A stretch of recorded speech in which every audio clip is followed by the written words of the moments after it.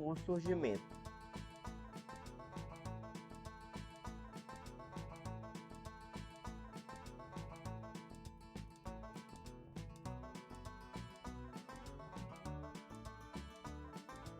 Após a Segunda Guerra Mundial, alguns tribunais de âmbito internacional foram criados. Dois exemplos são o de Tóquio, responsável por julgar os crimes cometidos pelo Império Japonês na Segunda Guerra Mundial, e, provavelmente o mais famoso, de Nuremberg, responsável por julgar os crimes cometidos pelos nazistas na Segunda Guerra Mundial.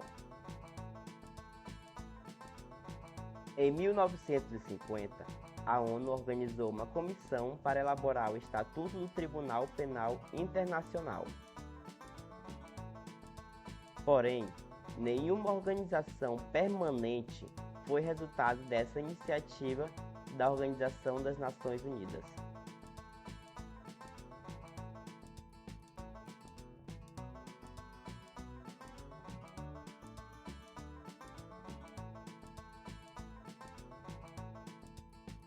Na década de 1990, outra comissão foi organizada.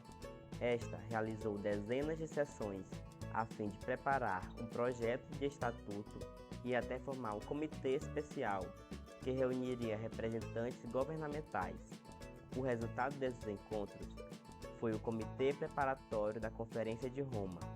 A partir disso, em julho de 1998, representantes de 120 nações reuniram-se em uma conferência na cidade de Roma e aprovaram um projeto que pretendia criar um Tribunal Penal Internacional Permanente, um foro que até então existia somente enquanto ideal. Resultado disso, a elaboração do Tratado de Roma do Tribunal Penal Internacional.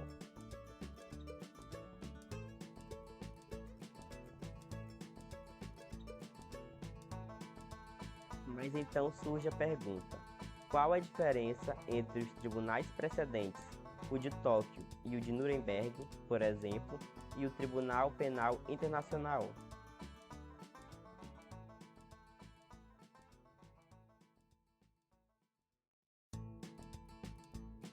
A resposta é o caráter permanente do Tribunal Penal Internacional. Enquanto os outros foram organizados para resolverem apenas questões pontuais, o Tribunal Penal Internacional ele existe até a atualidade.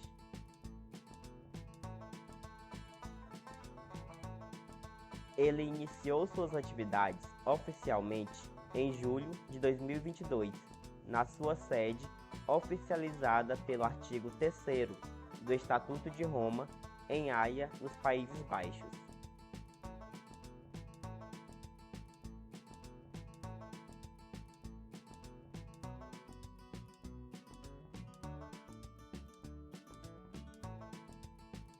Mas afinal, o que é o Estatuto de Roma?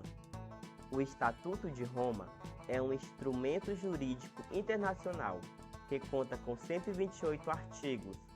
Ele é o fundamento documentado do Tribunal Penal Internacional. Nenhum país que adotou suas regras pode atuar sem recorrer ao que ficou acordado em Roma. O Estatuto de Roma parte do pressuposto de que existe uma comunidade internacional. Dessa forma, considera-se que existem crimes que afetam diretamente milhares de pessoas em nível mundial e chegam ao ponto de chocar de maneira profunda a humanidade. Atualmente, 122 nações são Estados-partes.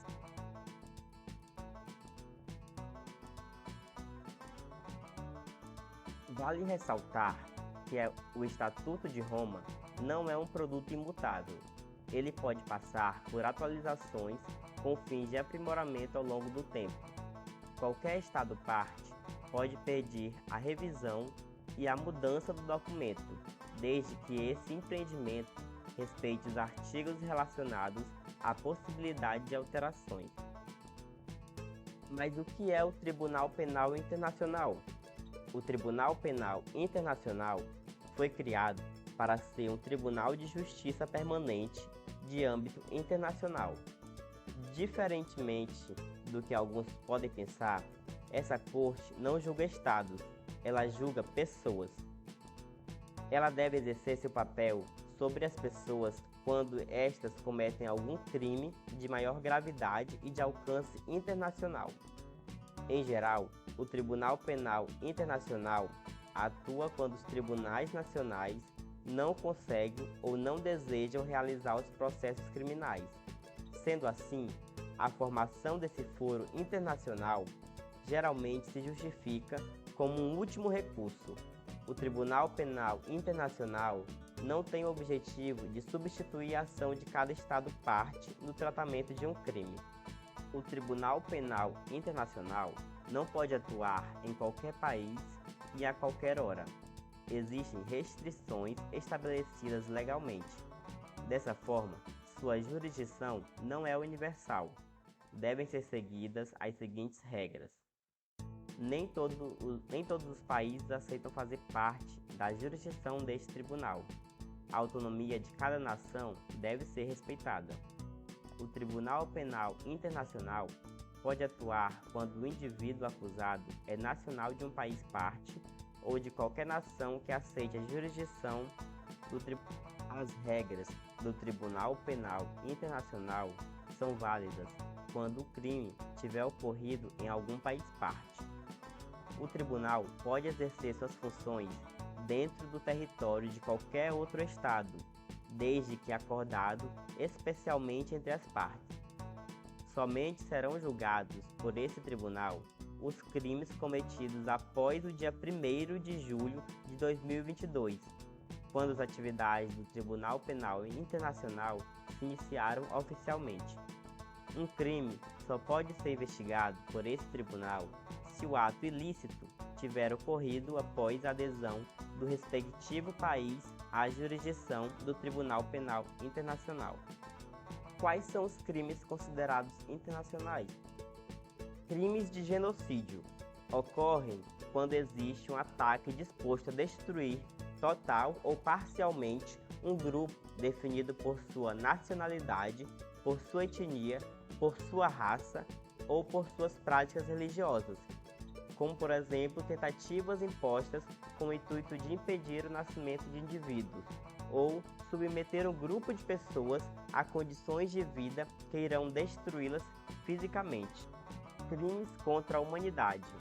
Esses correspondem a atos de homicídio, de extermínio, de escravidão, de transferência forçada de uma população, prisões ilegais que violam o direito internacional, quaisquer espécies de tortura, desaparecimentos de pessoas, crimes de apartheid e crimes relacionados a práticas sexuais não consentidas, estupros, escravidão sexual, gravidez forçada, prostituições forçadas ou qualquer forma de esterilização não consentida.